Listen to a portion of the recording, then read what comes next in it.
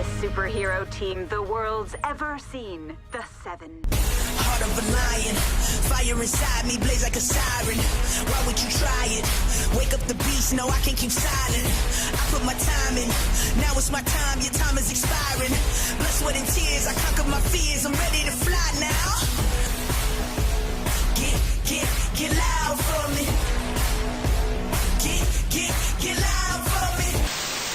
Bonsoir à tous et soyez bienvenus pour cette nouvelle petite vidéo critique qui sera consacrée à la série The Boys. Comme d'habitude, cette vidéo ne contiendra pas de spoil, jusque-là vous serez tranquille. Et je tiens à préciser bien avant qu'on commence la vidéo, sachez que ça sera une critique uniquement en tant que spectateur ayant découvert la série The Boys, car si vous ne le savez pas, la série The Boys est issue de l'adaptation du comics original The Boys. Donc pour tous ceux qui auraient déjà lu le comics et qui aimeraient avoir un avis un peu plus construit, un peu plus analytique qu'une personne qui ont lu le comics, je mettrai 2 liens ou 3 liens de quelques vidéos que j'avais regardées de ceux qui ont déjà lu le comics et qui ont déjà critiqué la série, l'adaptation Amazon Prime. Bref, de quoi ça parle The Boys?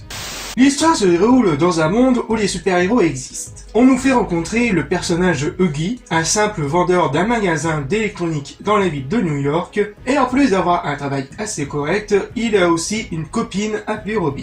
Un jour, sa copine lui rendit une petite visite surprise après une vague discussion et qu'ils allaient se dire au revoir. Un super-héros du nom de H-Man, et qui est une version parodique de Flash, qui fait partie des 7, tua accidentellement sa copine sous ses yeux. Toujours sur le choc de cet horrible accident, Huggy a du mal à faire son deuil. Et c'est alors qu'un homme du nom de Billy Butcher va lui offrir une opportunité de se venger.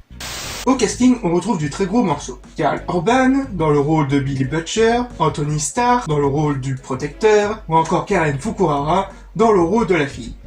La série est une production d'Amazon Prime qui contient environ 8 épisodes pour une durée d'environ 1 heure.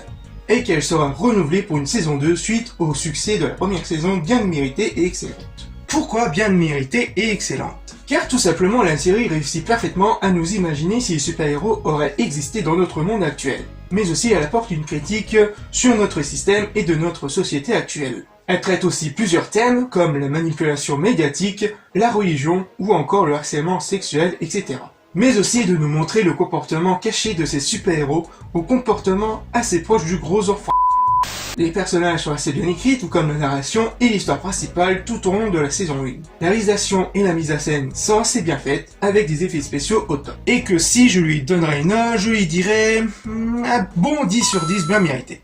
Et pour conclure, je dirais que au-delà d'être une série comique violente et parodique de super-héros à la Inglourious Basterds, la série envoie plusieurs messages et critiques sur notre monde actuel, mais aussi de nous montrer une idée de ce qui pourrait se passer si les super-héros auraient vraiment existé dans notre monde. Une série à voir absolument. Et bien sûr aussi à découvrir le comics original. Bref, voilà, cette petite vidéo critique est finie et on se retrouve pour de futures vidéos. Peace!